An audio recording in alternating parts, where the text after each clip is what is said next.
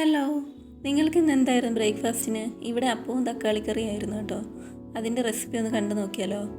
അതിനു വേണ്ടി ഒരു ഗ്ലാസ് പച്ചരി കുതിർത്തതിലേക്ക് ഒരു മുറി തേങ്ങയും ഒരു തേങ്ങയുടെ വെള്ളമാണിത് കേട്ടോ. ഈ തേങ്ങ വെള്ളം ചേർത്താലുണ്ടല്ലോ നമുക്കിതിലേക്ക് പിന്നെ ഈസ്റ്റിൻ്റെയോ സോഡാപ്പൊടിയുടെയോ ഒന്നും ആവശ്യമില്ല. അപ്പം നമുക്ക് തേങ്ങാ വെള്ളത്തിലേക്ക് 1 മണിക്കൂർ മുന്നേ കുറച്ച് പഞ്ചസാര ഇട്ട് വെക്കാം. അതും കൂടി നമുക്ക് ഇതിൻ്റെ കൂടെ ഒഴിച്ചു കൊടുക്കാം. അതിലേക്ക് ഒരു മുറി തേങ്ങ തിരിങ്ങിയത് വിട്ട് നന്നായി ഇത് അരച്ചെടുത്ത് ഒരു ചരുവത്തിലോ അല്ലെങ്കിൽ ബൗളിലോ ആക്കി നമുക്ക് ഓവർനൈറ്റ് ഒന്ന് പുളിച്ച് വരണ്ടേ, അതിന് വേണ്ടിയിട്ട് ഓവർനൈറ്റ് നമുക്ക് വയ്ക്കാം. അങ്ങനെ വെച്ചിരിക്കുകയാണ് കേട്ടോ ഞാനിത്. പിറ്റേന്ന് രാവിലെ നമുക്ക് തക്കാളിക്കറി ഉണ്ടാക്കാം. അതിന് വേണ്ടിയിട്ട് ഒരു വലിയ സവാള, 3 തക്കാളി, ഒരു പച്ചമുളക്, കറിവേപ്പില, കുറച്ച് വെളുത്തുള്ളി ചതച്ചെടുത്തത്, ഇതെല്ലാം ഇതിനു വേണ്ടി ആവശ്യമുണ്ട്.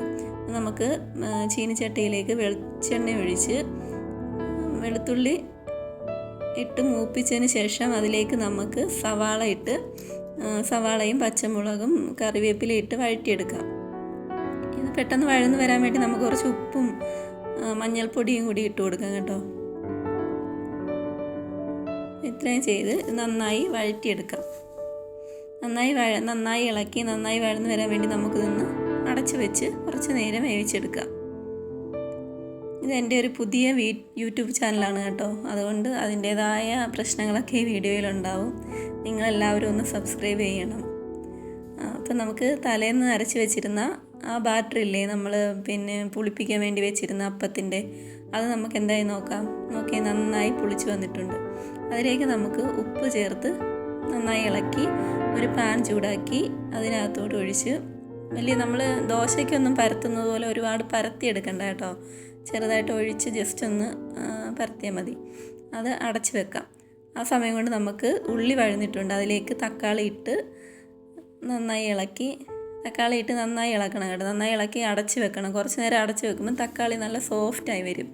ആ സമയം നമുക്ക് നമ്മുടെ അപ്പം എന്തായെന്ന് നോക്കാം. നല്ല സോഫ്റ്റായിട്ടായിട്ടുണ്ട്. കണ്ടില്ലേ, ഈസ്റ്റോ സോഡാപ്പൊടി ഒന്നും ചേർക്കാതെ നല്ല മയമുള്ള അപ്പം വന്നത്. അപ്പം ഇത് നമുക്ക് എടുത്ത് വെക്കാം. വീണ്ടും നമ്മുടെ തക്കാളി എന്താണെന്ന് നോക്കാം. അതിലേക്ക് നമുക്ക് ഗരം മസാല, മുളക് പൊടി, മല്ലിപ്പൊടി ഇതെല്ലാം ഇട്ട് മൂത്ത് വരുമ്പോൾ കുറച്ച് വെള്ളവും ഒഴിച്ച് തിളപ്പിച്ച് എടുക്കണം.